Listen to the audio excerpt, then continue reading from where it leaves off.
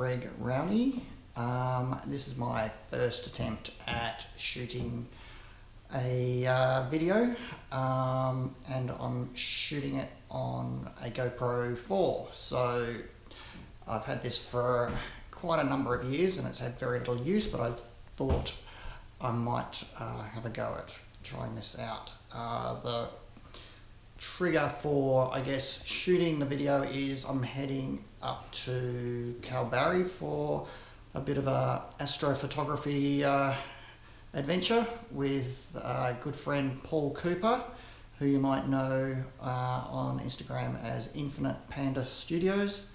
So I just thought it would be a bit of fun just to record our trip and take a few little short videos and see what we can capture. Okay. Hi again. I thought it might be interesting just to do a little what's in my bag for the trip, because I had to make a few decisions about what to take and what not to take. So let's just quickly go through that. So firstly, we'll start with the interesting stuff, the cameras and lenses. So I'm a Nikon shooter. So this is my Nikon Z6, which I love. Does a great job with shooting Astro.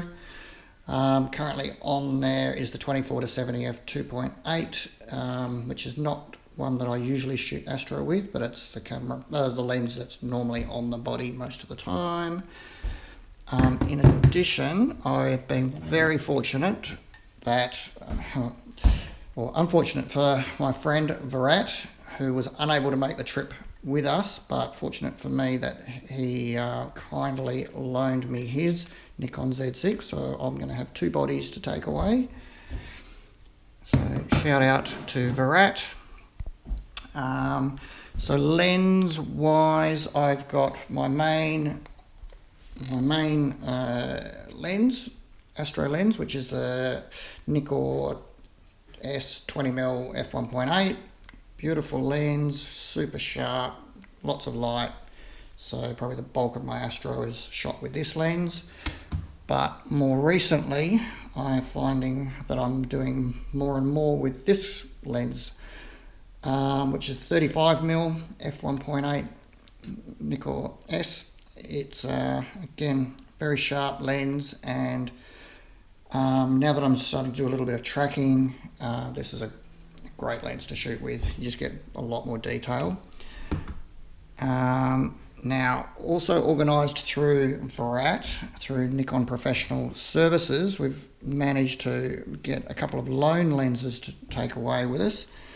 So this is the Nikon 14-24 f2.8, so I'm going to be pretty excited to see what I can produce with this guy. Probably use this one for star trails or time lapses. And in addition, we've also got this bad boy, the 50mm f1.2.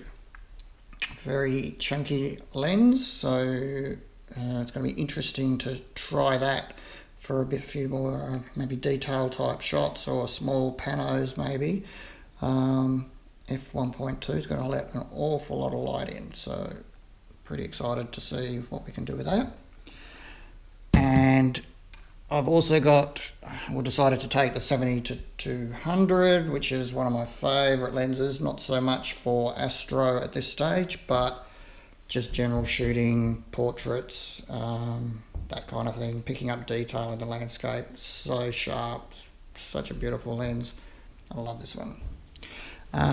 So in addition, we've got the Skywatcher Star Adventurer 2, which I've recently managed to acquire through, I won it through a competition, courtesy of Michael Go, Astrophoto. He had a little competition running on Instagram through Skywatcher, and I was very fortunate to win that. So this has been getting quite a bit of use so far. I'm still learning, but loving the images that I've been able to produce with it so far.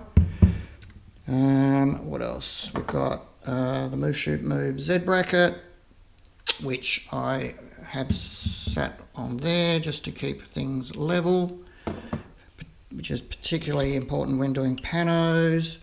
And I've just got the Surui ball head which goes on top of that. So that's it for the lenses and camera and technical gear. In addition, I'm going to be taking a bunch of lights, some batteries. So I've got these little Goal Zero lights, which are great for putting behind things or to highlight rock formations or trees or whatever it is you're shooting. They go down very dim, which is perfect for astrophotography, low level lighting. We've got these little Niwa LED lights, and I've again borrowed those from Virat, and these RGB lights are great. They also go very dim, just a torch, head torch. I've also got a NAN light, which is at the moment up there, lighting the lenses and gear. So that's the Parvo Tube 26C, which gets quite a bit of use. Some lens warmers. Hopefully we're not going to need those looking at the forecasts, but we'll see. I've got the Myops lightning trigger, which I haven't had all that long, but I'm having some great success with that. I've used it for lightning a few times, but it gets more used for taking the longer 2 to 3 minute exposures that I need for the tracker. Since the Nikon Z6, the intervalometer in that only goes up to 30 seconds, and a couple of other little Yongnuo triggers, which I still use a little bit. Also, we've got the AeroGuard, because we're anticipating flies, mosquitoes, that sort of thing. Tripods, got a whole swag of tripods. This is my main tripod, which is the Artsys AS80C. I love this. It's nice and sturdy, carbon fiber. Yeah, it's getting a lot of use. Also got the Benro 3-way geared head on top, but really good when I've got the tracker on for polar aligning because of the fine tuning I can do with that. But also as I get more used to it, I'm finding just for general landscapes and stuff, I'm loving this more and more over the ball head. And in addition, just some extra tripods for the second camera, lighting, whatnot. And that's pretty much it. Yeah, so then I've got the bags, which I've got to fit all of this gear in. And yeah, it's going to be a fun trip. Hopefully not too much weight there, but we'll see how we go. Okay, thank you.